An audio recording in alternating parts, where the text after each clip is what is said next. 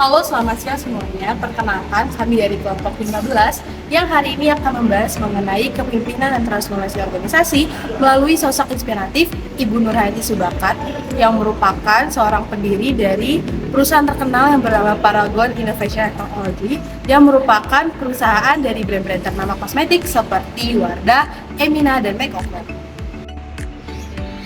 Kepemimpinan Ibu Nurhayati Subakat menjadi sangat menarik untuk kita bahas dalam perspektif kepemimpinan dan transformasi organisasi. Bukan hanya dia sukses secara bisnis, dia juga berhasil buat menanamkan nilai spiritual dan sosial dalam struktur perusahaan. Hal ini bisa kita lihat dari 5 nilai utama Paragon yang menekankan pada nilai ketuhanan, kepedulian, kerendahan hati, ketangguhan, dan inovasi. Ibu Nurhayati Subakat memulai semuanya itu sebagai ibu rumah tangga dan juga apoteker pada tahun 1985. Pada saat Ibu Nurhayati memulai usaha kosmetik kecil bersama dua asisten rumah tangganya, perjalanannya membangun brand kosmetik tersebut tidak serta-merta membawa kesuksesan. Tetapi Ibu Nurhayati Subakat juga selalu mengalami jatuh bangun. Meskipun begitu, Ibu Nurhayati Subakat tidak pernah menyerah dengan usahanya. Ia selalu berusaha untuk menggali dan membangun strategi marketing dan inovasi produk.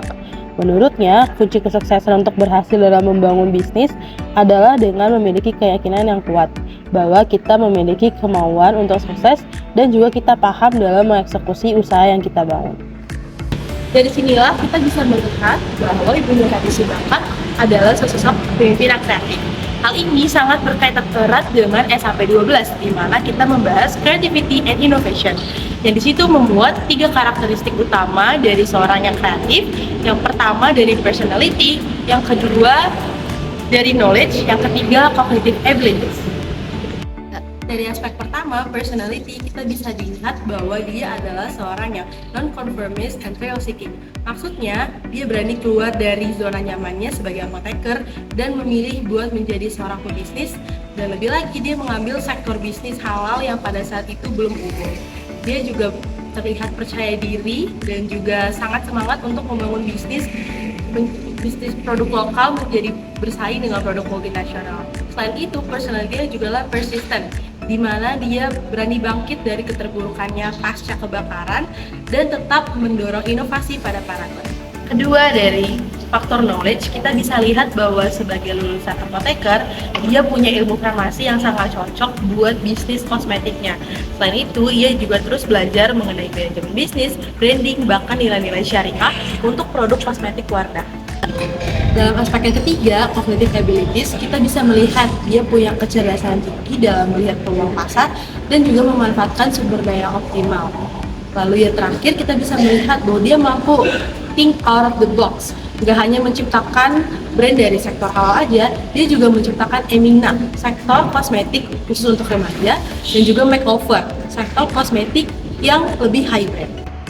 Dalam praktiknya, Ibu Nurhayati Subakat memadukan antara coaching leadership dan juga pendekatan transformasional, di mana beliau aktif membina pegawai secara langsung, terutama untuk generasi muda, melalui mentoring dan juga komunikasi terbuka yang membangun kepercayaan. Hal ini pun selaras dengan teori bahwa pemimpin yang efektif itu harus menjadi coach yang memotivasi dengan memberi ruang tumbuh bagi anggotanya. Lalu, Ibu Nurhayati Subakat juga menerapkan prinsip ekspektansi teori.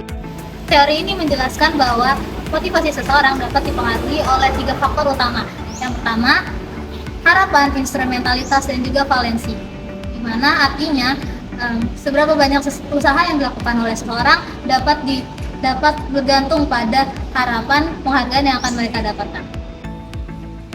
Dalam hal ini, Ibu Nurhayati Subakat sebagai pemimpin yang membimbing memastikan bahwa karyawan mereka dapat memahami keterkaitan antara nilai, kinerja, usaha, dan juga penghargaan, baik dalam bentuk pengakuan, promosi, maupun dukungan spiritual. Dengan demikian, karyawan mereka dapat merasa dihargai, diberdayakan, dan juga dapat berkembang dan bertumbuh dalam lingkungan kerja yang support. Untuk berhasil mentransformasi budaya organisasi, Ibu Nurhayati Subakat menggunakan taktik pengaruh yang cenderung mengandalkan inspirational appeal dan juga leading by example, yang mana taktik pengaruh ini dikategorikan sebagai pendekatan yang etis dan juga efektif. Ia tidak hanya membentuk budaya kerja yang produktif, tapi juga menyuntikkan makna dari misi sosial ke dalam pekerjaan sehari-hari, yang pada gilirannya menciptakan keterlibatan emosional yang mendalam dari para karyawan terhadap perusahaan. Berdasarkan pada materi yang telah kami presentasikan, dapat kita pelajari bersama bahwa keberhasilan transformasi organisasi tidak hanya bergantung pada restrukturisasi dan juga keberhasilan strategi bisnis yang sedang dijalankan, tetapi juga bergantung pada dua hal penting nih. Yang pertama yaitu karakter, yang kedua yaitu gaya kepemimpinan seorang pemimpin di dalamnya.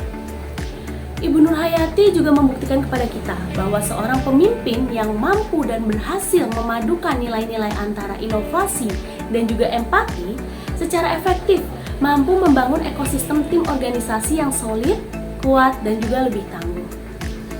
Kunci keberhasilan lain dari seorang Ibu Nur Hayati Subakat adalah bagaimana cara beliau menginspirasi rekan tim di dalam organisasi tersebut. Di samping beliau harus mendominasi bagaimana cara kerja tim di organisasi tersebut.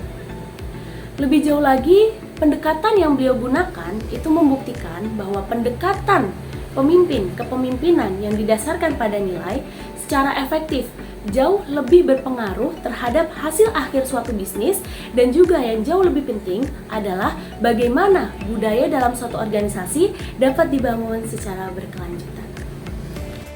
Demikian video presentasi dari kami mengenai Ibu Nur Hayati Subakat. Semoga kita semua dapat mempelajari motivasi kepemimpinannya, sehingga kita dapat berdampak nggak cuma buat perusahaan, tapi juga bisa berdampak lebih besar ke masyarakat.